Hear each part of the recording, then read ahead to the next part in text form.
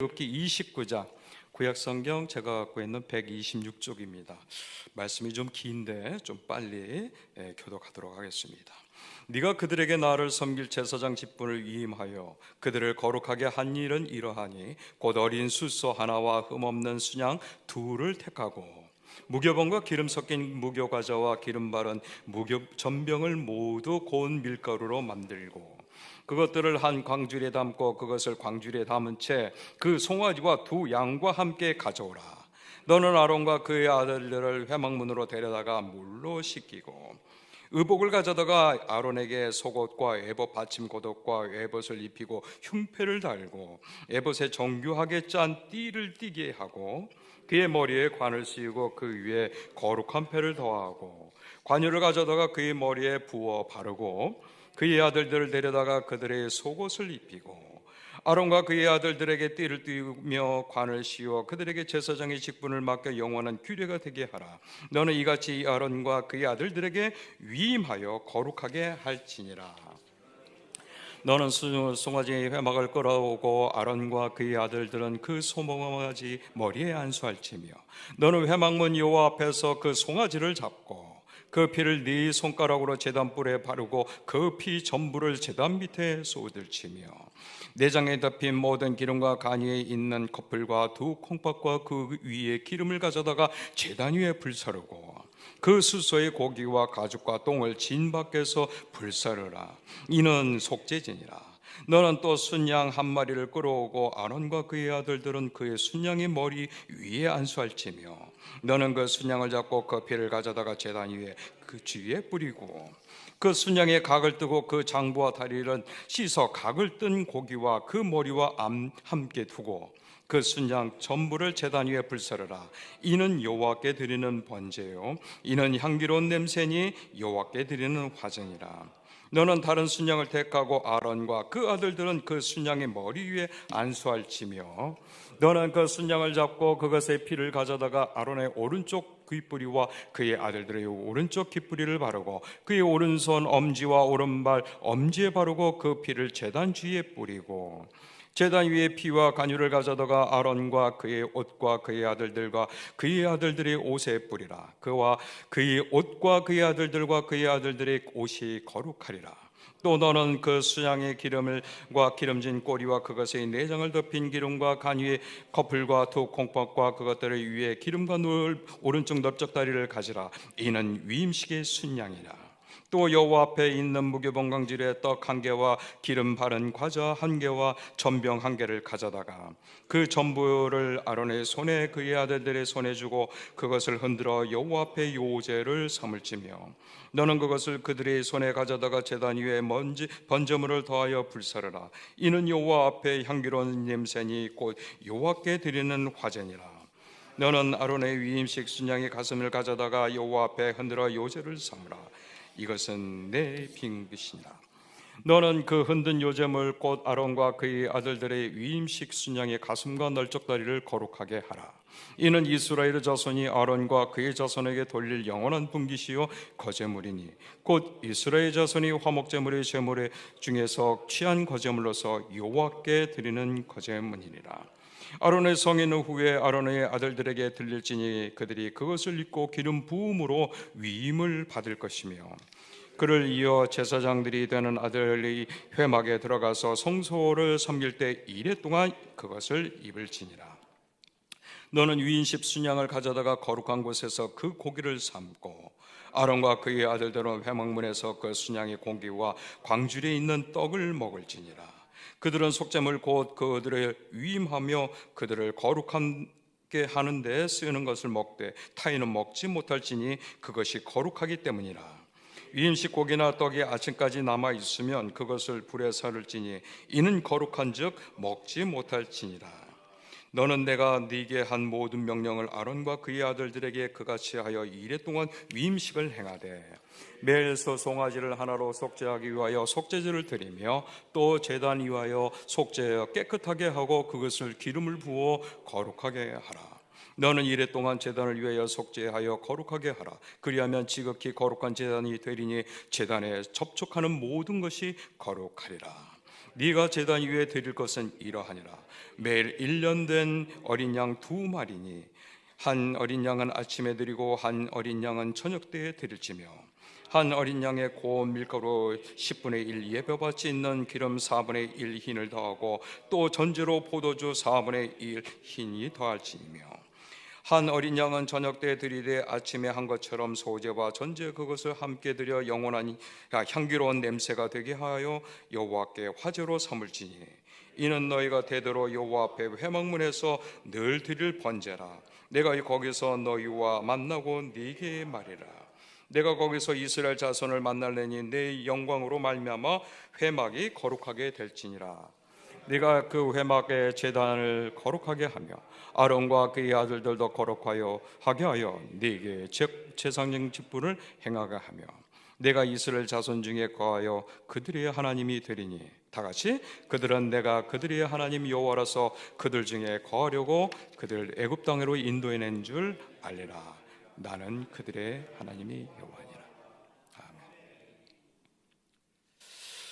출애굽기 29장을 읽다 보면은 지금 이 시대에 과연 이 예배를 드리면 여기에 남아있을 사람이 몇 사람인가 한번 갑자기 엉뚱한 생각을 해봤어요. 날마다 저는 그냥 우리 성도님이 갖고 오는 짐승을 잡아야 되는데 피만 봐도 그냥 어지러운 사람한테 매일 양으로 드리는 뭐 여러 가지 산제사로 드려야 되는 이 교회가 엄청난 피비린내가 날 거예요. 정말 은혜가 아닐 수가 없습니다.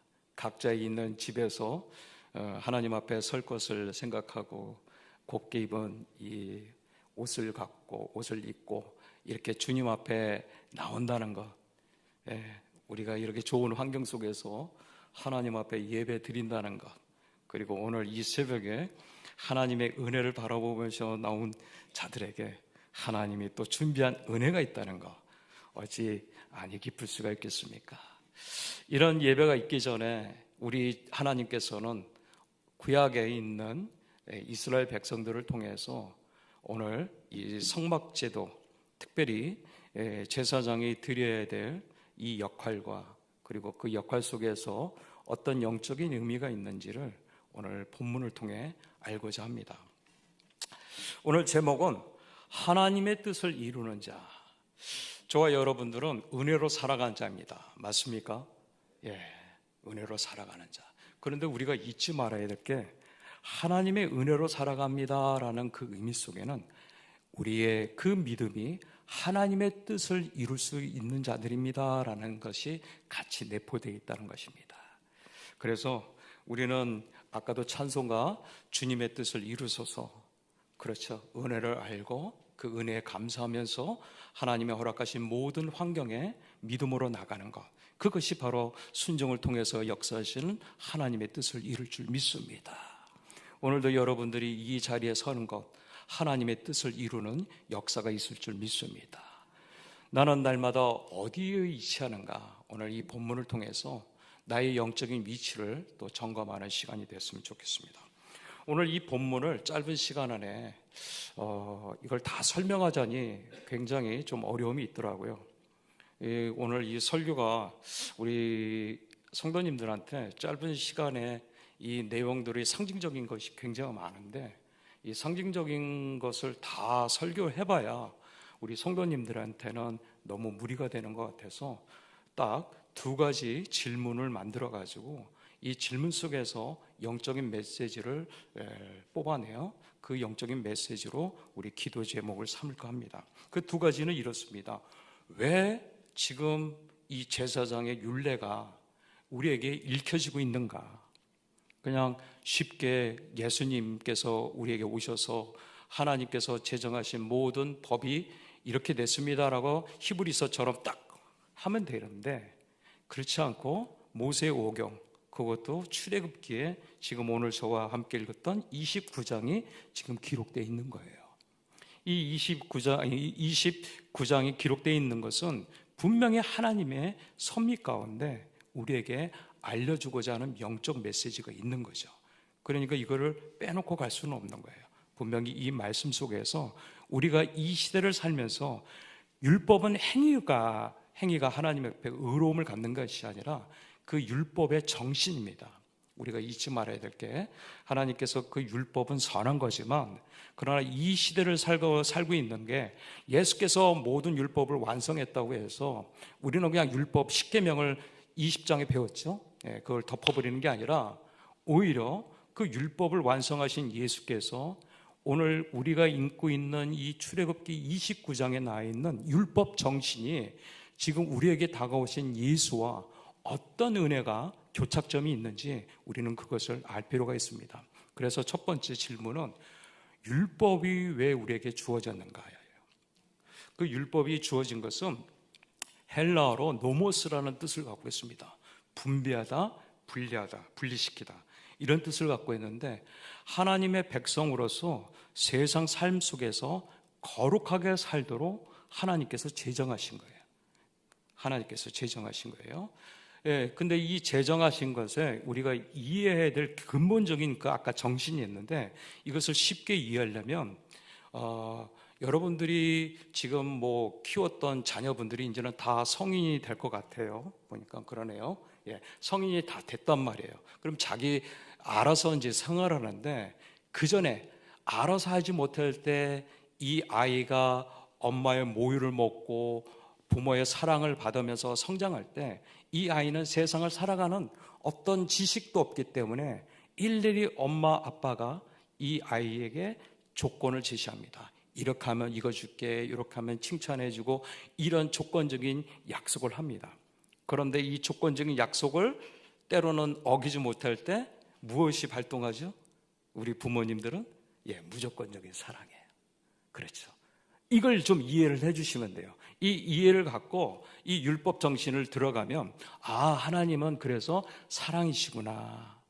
이들에게 율법을 한 거는 이들이 물론 연약하죠. 그런다 하나님께서는 아까 같이 부모가 갖고 있는 무조건적인 그 사랑을 부모에게도 주신 것처럼, 이 율법을 줄 때 이들이 못 지킬 것을 알고 그냥 애따 가져라가 아니라, 하나님은 그 율법 속에서 준비한 영적인 비밀이 있다는 것입니다. 저와 여러분들이 오늘은 저하고 함께 출애굽기 29장을 묵상을 했지만, 아마도 한 약 10일에 걸쳐서 출애굽기 20장부터 10계명, 그리고 20장 22절에 율법이 나왔고, 24장에 신의 산 언약이 나왔고, 그리고 선막에 25장 26절, 그리고 27장은 제단에 대한 율례가 나왔고, 그 다음에 어제 28장, 오늘 29장은 제사장에 관련된 규례가 나옵니다. 그런데 이것은 그 당시에 그 구약 시대에 그들의 신앙이었어요. 그러니까 이 그들에게 주신 이 율법을 잘 행위로 지킨다는 것은 그들에게는 대단한 믿음이었습니다. 그런데 우리가 잊지 말아야 할 게, 행위로 그들이 구원을 받는 게 아니라 더 하나님께서 원하셨던 게 있어요. 율법을 주기 전에 그 율법에 대한 정신은 바로 하나님의 주권 정신이에요. 하나님의 주권으로 주신 그 명령을 그들이 하나님과의 관계를 통해서 내가 그 말씀을 지킴으로 말미암아 우리의 삶이 거룩함으로 인도하신다는 하나님의 약속이 있었던 거죠. 그러니까 율법으로 그들이 아무리 지킨다 해도 다 지킬 수가 없는 거예요. 그렇지만 그들은 그런 율법을 통해서 하나님이 주신 그 믿음을 갖고 그들은 더욱더 그 율법으로 나가려고 하는데, 이게 점점 이제 타락한 거겠죠. 그런데 하나님은 그들에게 율법을 주면서 그들에게 아주 기가 막힌 큰 그림을 그리고 있었어요. 그 그림이 뭐냐면, 그들을 통해서 그를 부르신 출애굽한 그들 백성을 바로 하나님 나라로 그들을 세우시고 그들을 하나님의 거룩한 제사장으로 삼을 그 그림을 그리고 있었던 것이죠.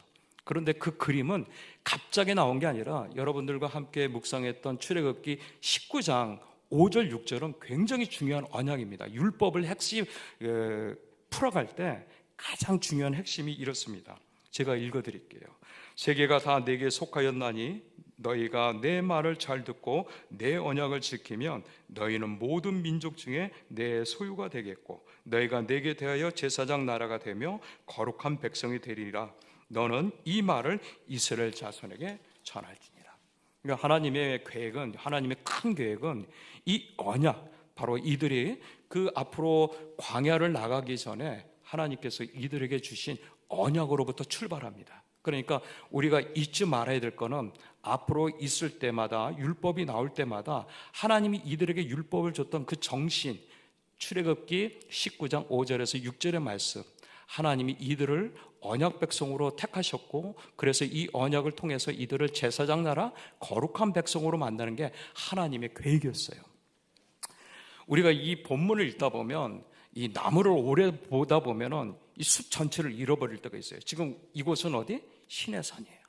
시내산은 지금 어디에 위치하냐면 그들이 출애굽한 홍해를 건너서 지금 3개월이 됐을 때쯤 그 시내산에 도착했는데, 그 시내산에서 지금 모세가 하나님의 부름을 받아서 그 모세가 그 정상에서 지금 하나님의 명령을 받고 있는 거예요. 그런데 하나님께서는 이 민수기 10장 11절 12절에는 이 바로 이들이 그 신의 광야 학교로 출발하기 전에 이미 그들에게 선막 제도를 허락했어요. 이 진 가운데, 그것도 진 가운데 앞으로 하나님의 명령을 순종하기 위해서 거룩한 백성으로 가기 위해서 가장 중요한 예배 중심의 삶, 성막 중심의 삶으로 이들이 거듭납니다. 그러니까 이 성막 중심의 삶은 현재 우리의 가도 결부가 돼 있죠. 우리도 얼마나 세상적인 삶에서 이제는 예수님으로 말미암아 이렇게 예배 중심의 삶에 있었던 것은 그때나 지금이나 같은 의미를 갖고 있다고 볼 수 있어요. 그런데 더 중요한 건 뭐냐면 하나님의 백성으로 준비 계신 하나님이 과거에는 이들이 애굽에서 430년 동안 종로로 타면서 그야말로 그 이방인으로서 그들의 몸은 진짜 유전인 인자가 죄악으로 가득 차 있지만, 이제 현재는 바로 애굽에서 나와서 홍해를 건너 다시는 돌아갈 수 없는 길이지만 과거의 죄의 종노릇이 아니라 이제는 자유인이 됐다는 거예요. 그러면 이 자유인으로 돼서 왜 광야로 인도하셨냐? 이것은 하나님의 약속의 땅인 가나안, 그러니까 자유를 방종케 하는 것이 아니라 오히려 이제는 미래에 약속을 갖고 있는 거룩한 백성이 되고자 하는 하나님의 계획이 있었던 것입니다. 그렇다면 하나님께서 약속의 땅인 가나안 땅으로 이들을 인도하실 텐데, 여러분들이 아시겠지만 나라에게는 이 나라가 성립이 되기 위해서는 세 가지 요소가 있습니다. 먼저 법이 있고요, 그리고 국민 백성이 있고, 그리고 땅이 있어야 돼요. 이게 나라예요. 그러니까 하나님은 이 하나님의 나라를 이 세 가지 요소를 통해서 정확히 말씀하셨어요. 첫 번째 법은 뭐예요? 율법을 하사하신 거예요. 그리고 율법을 주심으로 말미암아 그들은 그 율법 속에서 이스라엘 백성이라고 하나님께서 그들의 조상인 야곱을 통해 이스라엘이라고 칭하셨기 때문에 이들은 이제 하나님의 선민이 이스라엘 백성이 되었고, 그들의 땅은 아직 정해지지 않았어요. 그렇기 때문에 하나님께서 그 약속의 땅인 가나안 땅을 정해주신 거예요. 그러니까 나라가 형성이 된 거예요. 어떤 나라? 하나님 나라. 그렇다면 그 당시에 애굽, 지금 모세 썼던 이 출애굽기 29장은 약 3076년, 그러니까 BC 1450년에 기록이 되어 있다고 주석학자들이 얘기하고 있습니다. 그러면 그때 당시나 우리나 과연 그것이 우리에게 얼마나 결부가 될까?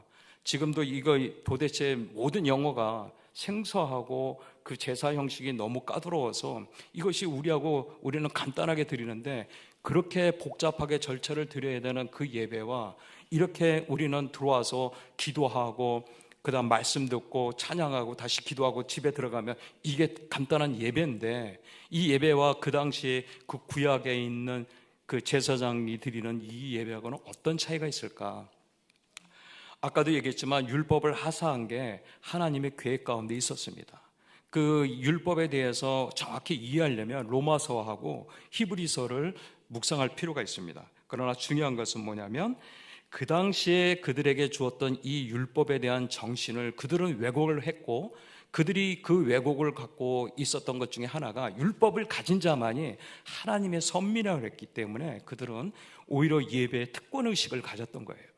그러나 하나님께서는 그런 잘못된 율법을 통해서 오히려 그들의 효력은 상실되고, 이 율법은 영원한 규례라고 하나님께서 약속을 하셨어요.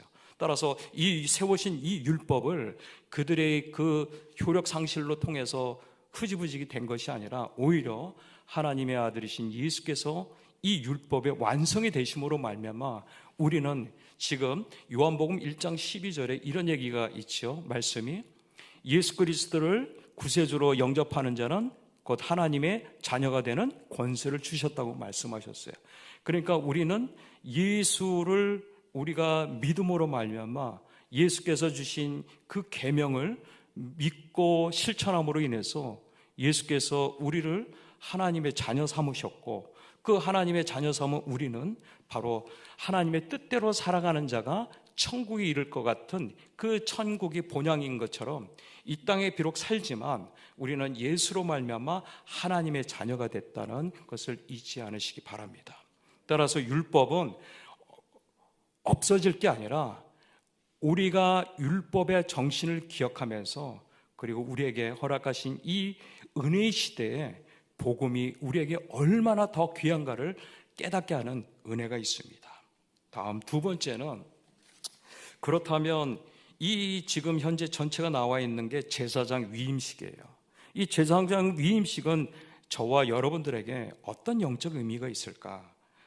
여러분들이 그 맨 나중에 읽었던 38절부터 42절에는 제사장의 역할이 나옵니다.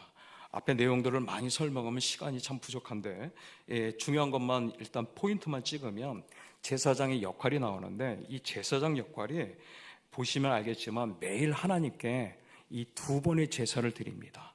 아침에 한 번, 저녁에 한 번 어린 양을 잡아서 번제로 드리는 거예요. 그런데 이 번제를 드릴 때 거기 내용에 아주 중요한 정신이 있어요. 뭐냐면 43절에는 회막을 거룩하게 하는 것이 이 제사장들의 역할이었어요. 회막을 거룩하게 한다는 거. 그 회막을 거룩하게 하는데 이들이 그 회막 봉사를 통해서 봉사자로서의 그 일들을 직분을 감당함으로 인해서 그 회막을 방문하는 많은 순례객들에게 하나님 앞에 나갈 수 있는 길을 여는 거예요. 그들이 갖고 올 때마다 짐승을 갖고 오잖아요. 그 짐승을 자기 죄를 전가할 때 이 죄를 그 짐승한테 넘길 때 그 짐승을 각을 띠는 게 바로 제사장들이 하는 일이에요.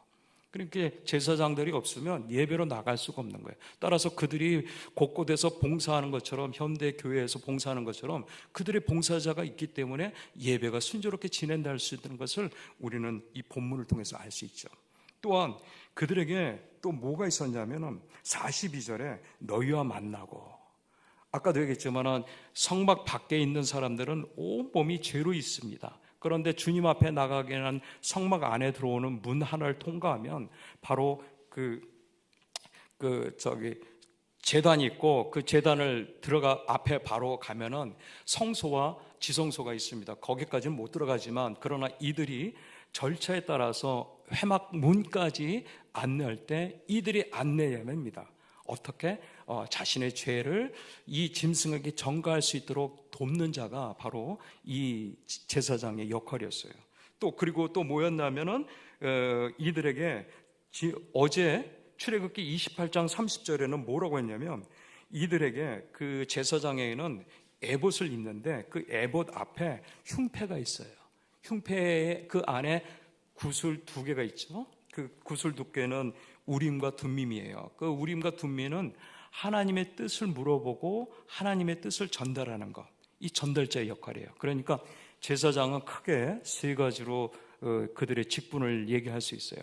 첫 번째는 아까 같이 봉사자, 성전에서의 봉사자, 그리고 그들이 잘 예배 드릴 수 있는 안내자, 그리고 전달자는 뭐예요? 하나님의 뜻을 잘 전달할 수 있도록, 그래서 그들이 순종할 수 있도록, 이 전달자의 역할입니다. 그런데 이 제사장은 그냥 세워지는 게 아니라 바로 모세가 아론과 그의 자손들, 그의 계보들을 통해서 그들을 절차를 얘기를 합니다. 세 가지 절차를 해요. 제사장은 사람이기 때문에, 완벽한 사람이기 때문에, 죄를 있을 수 있기 때문에 실수를 할 수 있어서 하나님께서 이 세 가지 제사를 드리게 해요. 첫 번째는 그 동물들을 준비하게 되는데 소하고, 그 다음 숫소하고, 그리고 순양을 준비하죠. 이것들은 하나님께 정결한 짐승들이에요. 하나님께서 이 정결한 짐승들을 첫 번째는 숫소를 잡음으로 인해서 하나님 앞에 속죄제를 드려요. 제사장들도 죄를 범할 수 있기 때문에. 그리고 나서 하나님 앞에 또 이들이 순양을 잡는데, 이 첫 번째 순양은 번제예요. 이 번제는 헌신이에요. 헌신. 내가 이제 앞으로 하나님 앞에 제사장으로 불렸기 때문에 이제 하나님 앞에 영원히 서는 그날까지 하나님 앞에 제사를 드리겠다고 하는 각오예요. 각오. 그리고 마지막 그 순양을 드리는 것은 화목제로 드립니다. 그래서 이 화목제는 하나님께서 주신 이 직분을 감사함으로 하나님과 친교함이기 때문에 마지막 드리는 이 순양은 같이 그 있는 회막 안에서 먹습니다. 첫 번째는 제사를 드리고, 두 번째는 이들이 제사를 드릴 때 저같이 이렇게 아무렇게 있는 옷이 아니라 그 성막 안에 제정된, 하나님께서 제정하신 그 출애굽기 29장 4절부터 8절 안에 그 정교가 짠 실이 있어요. 근데 이 정교하게 짠 실이 실질적으로 예수께서 십자가에 못 박혀 죽으시는 그날 그 성소와 지성소에 앉아 있는 휘장이 갈라질 때 그 휘장이 그렇게 5가지 정교하게 짠 그 실로 한 거하고 똑같다고 합니다. 그래서 그 성소 안에서 그런 성의를 입고 아무렇게나 있는 게 아니라 그렇게 제사장을 위해 준비된 성의를 입고 그 절차에 따라서 바로 일을 시작하는 게 아니라 바로 그 자리에서 모세가 기름을 붓습니다. 자, 이렇게 절차가 복잡한 이유가 뭘까? 여러분들이 이 절차가 복잡한 것을 성경에 기록하면 좋은데 이거는 우리가 추측을 해야 돼요. 이 얘기는 뭐냐면 하나님께서 이 일들을 정하신 것은 결국은 하나님은 거룩한 신분인데 이 제사장이 함부로 하나님이 정하신 이 거룩한 성소에 그들이 마음대로 들락날락 했을 때 어떤 일이 발생해야 돼요? 생명과 관련되기 때문에 그래요. 결국은 이 절차는 아까 얘기했던 제사, 의장, 의보, 그리고 그들에게 했던 기름 부음, 이런 안수, 이 3가지는 반드시 하나님 앞에 나갈 때 필요한 3가지 절차예요. 그런데 이 3가지 절차가 어떻게 해요? 생명 안전 정치라는 거예요. 생명을 지키기 위해서, 제사장들의 생명을 지키기 위해서 하나님께서 그들에게 허락하신 그 중요한 절차라는 거예요. 그런 절차를 통해서 하나님께서는 그들의 마음속에 혹여나 허락되지 않는 죄의 생각으로 하나님 앞에 예배드리면 하나님은 가차없이 그들을 죽음으로 내몰으셨어요. 그렇다면 우리가 이 시대에 아까 같이 성막에서 그리고 성소에서 드려야 될 제사장이 지금 이 시대를 살고 있는 우리하고는 어떤 관계가 있는가? 아까도 얘기했지만 제사장은 인간이에요. 그렇기 때문에 인간이 혹여나 집에서 있었던 일, 사소한 관계 때문에 마음이 힘들면 이들은 분명히 제사를 드리지 말았어야 돼요. 그런데 어떻게 해요? 어느 순간인가 제사를 드리는 게 마음이 해이해지고 또 그런 정결함이 없어지면서 어떻게 해요? 하나님이 세워진 이 율법에 대한 정신이 희석이 되고 결국은 제사장이 하나님 앞에 드려지는 효력까지 상실해집니다. 그런데 분명히 아까 하나님께서 말씀하셨죠. 이건 영원한 규례라고. 하나님과 앞에 설 백성들이 지켜야 될, 하나님과의 관계가 있는 자들이 지켜야 될 예배의 절차라고.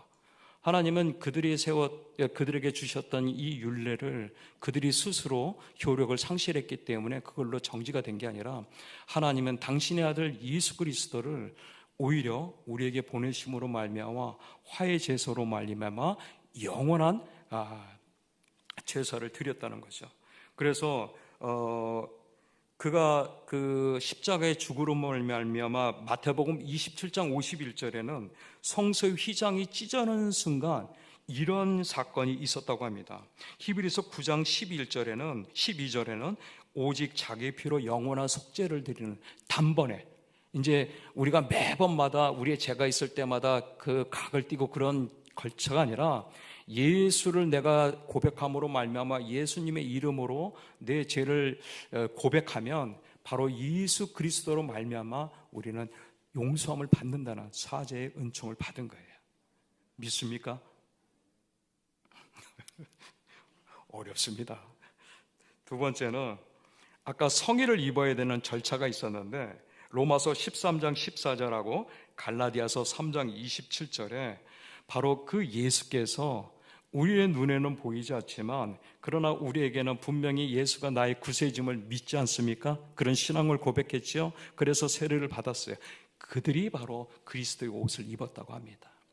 그러니까 갑자기 그런 생각이 들어요. 진짜 무당은 저 사람이 진짜 예수쟁인지 아닌지 알 수 있다고. 맞겠더라고요. 그러니까 우리 안에는 여러분들이 나하고 예수님의 옷은 보이진 않아요. 왜? 믿음의 옷을 입었기 때문에. 그런데 분명히 뭐라냐면 로마서 13장 14절하고 갈라디아서 3장 27절에는 예수가 우리를 위해서 그의 공로로 우리는 예수의 성의를 입었다고 말씀하고 있습니다. 마지막으로 기름 부음 사건입니다. 그 당시 구약에서는 모세가 아론과 그의 계보들에게 안수를 했지만 이제는 예수를 믿는 모든 자들에게는 무엇을 부어주세요? 그의 약속한 성령을 부어주신다고 고린도후서 1장 21절, 요한일서 2장 20절에 기록하고 있습니다. 그렇기 때문에 예수가 그리스도이심을 고백하는 모든 신앙인이 동일하게 제사장임을 히브리서 7장 24절에는 만인 제사장설이 나온 겁니다. 그렇기 때문에 저와 여러분들이 요한복음에는 이것을 은혜 위에 은혜라고 얘기할 수 있는 거죠. 말씀을 마치겠습니다. 이게 굉장히 그러니까 고민이 됐어요. 이 말씀을 어떻게 해야 여러분들이 이 짧은 시간에, 그것도 지금 설날 명절에 다들 바쁜데 이 말씀을 입은 여러분들에게 어떤 메시지를 줄까? 그러면서 제가 한 6편의 국내 유명한 설교자들을 설교를 다 드렸어요. 무려 6시간 동안을. 그런데 이 설교가 저한테는 하나도 은혜가 되질 않아요. 그래서 제가 은혜되는 그 본문만 끄집어내서 기도 제목으로 삼을까 합니다.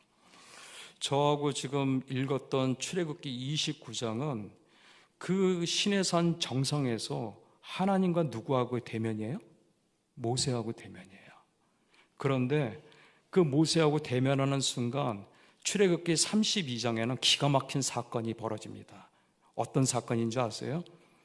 모세가 섬기는 하나님이 모세를 통해서 일하시는데 모세가 올라간 지 40일이 됐는데도 아직 안 나오니까 이들이 하는 짓이 있었습니다. 우리를 인도할 신을 만들어 달라고 해서 이들이 기금속을 불에다 넣었더니 뭐가 나와요? 금속어장이 나와요. 여러분들 한번 생각해 보세요. 하나님의 백성들을 위해서 하나님께서 율법을 제정하시고 그들이 제사장으로 세우셔가지고 하나님의 거룩한 나라로 출애굽기 19장 5절 6절로 인도하려고 하나님은 모세에게 계속 이거 만들라 저거 만들라 이렇게 짜고 저렇게 짜고 구체적으로 얘기하세요. 그런데 한쪽에서는 어떻게? 북치고 장구치고 하나님이 아니신 우상에게 구술하고 있어요. 이것을 하나님이 모르셨을까요? 알고 계셨어요. 알고 계시고 다 전달하니까 그때 너희 백성이 밑에서 무슨 짓 하는지 내려가 보라고 오히려 독려하세요. 하나님이 아셨다는 거예요. 하나님이 아심에도 불구하고 왜 모세에게 그렇게 무려 10장을 걸쳐서 그에게 구체적으로 얘기할까요? 여러분들이 마음에 드는 자들에게 대충 얘기하세요? 구체적으로 얘기하세요? 구체적으로 얘기해요. 일을 잘하는 사람한테도 구체적으로 얘기해요. 일을 잘 못하고 문제 일으키는 사람들한테는 구체적으로 지시를 안 해요. 그러니까 그걸 알았어요. 하나님께서는 그렇게 하나님을 찾고 당신의 뜻을 순종하는 이 모세를 통해서 저 구제불능한 이스라엘 백성들을 앞으로 제사장의 나라 하나님의 백성으로 만들 계획을 갖고 계심을 믿으시기 바랍니다. 이게 저한테 은혜가 되더라고요. 그래서 오직 하나님 앞에 순종하는 연약한 한 사람을 통해 하나님의 구원 계획이 구체적으로 명령처럼 전달된 것처럼 당신의 선한 의지로 이루어 가실 것입니다. 그래서 베드로 전서 2장 9절에는 쉬운 성경으로 이렇게 기록하고 있습니다.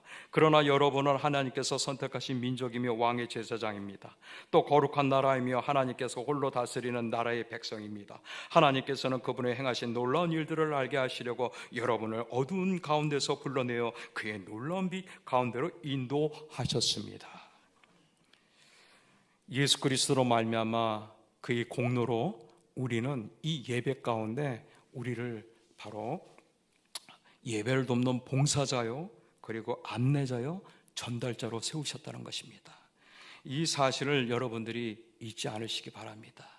날마다 우리가 드려지는 이 예배가 단순히 내 몸만 안식을 취하기 위해서 이곳에서 졸다가 가는 그런 예배가 아니라 하나님께서 제사장을 세우기 위해서 얼마나 많은 준비를 하셨고 안타까우셨고 결국은 당신의 아들까지도 우리에게 희생제물로 바치셨는가를 우리가 오늘 이 본문을 통해서 알게 되면 이 예배가 다시 새로워질 줄 믿습니다.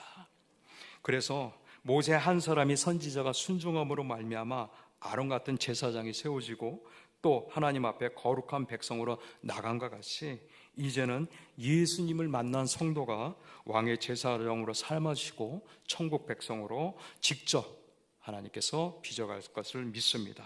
그러므로 히브리서 4장 16절에 예수 그리스도의 사랑으로 우리는 하나님의 긍휼하심을 받고 때에 따라 돕는 은혜를 날마다 받기 위해 은혜의 보좌 앞에 담대히 나아갈 것입니다. 오늘도 여러분들이 이렇게 시대에 하나님께서 예비하신 이 하나님의 계획 가운데 오늘 이 새벽을 하나님 앞에 드려지는데 오늘도 이 예배가 끝나면 여러분들은 각자 집에서 설 명절을 보낼 것입니다. 설 명절을 보내면서 우리는 항상 잊지 말아야 될 것입니다. 하나님의 뜻을 이루게 하는 영적 제사장이라는 거. 영적 제사장들은 아까 같이 세 가지 역할이 있었어요. 그 역할이 뭐예요? 바로 봉사자, 그리고 안내자, 전달자. 여러분들이 가족과 함께 모일 때 나의 말과 행동이 하나님의 영광을 가리지 않도록 우리가 이 세 가지 역할을 늘 잊지 말고 하나님께서 우리에게 주신 이 특별한 선물, 하나님이 부르시는 그날까지 잘 지켜서 하나님께 영광 드리는 저와 여러분들 되시길 주님의 이름으로 축복합니다. 기도하겠습니다. 오늘 이 주신 말씀, 제사장으로 부르신 하나님의 은혜가 나의 잘못된 지식과 나의 믿음 없음으로 말미암아 예수 그리스도의 영광이 가리지 않도록 특별히 설 명절이 있는 가운데 우리의 한 행동, 말 한마디 정말 제사장과 같은 마음으로 하나님 앞에 서달라고 우리 함께 기도해 주시고요. 그리고 지금 각자 고향으로 떠나가신 우리 성도님들이 계십니다.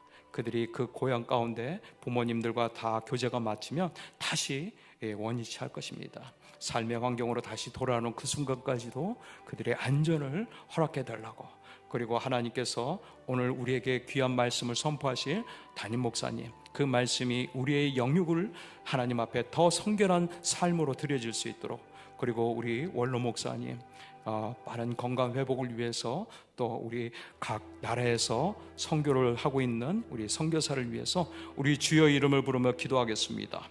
주여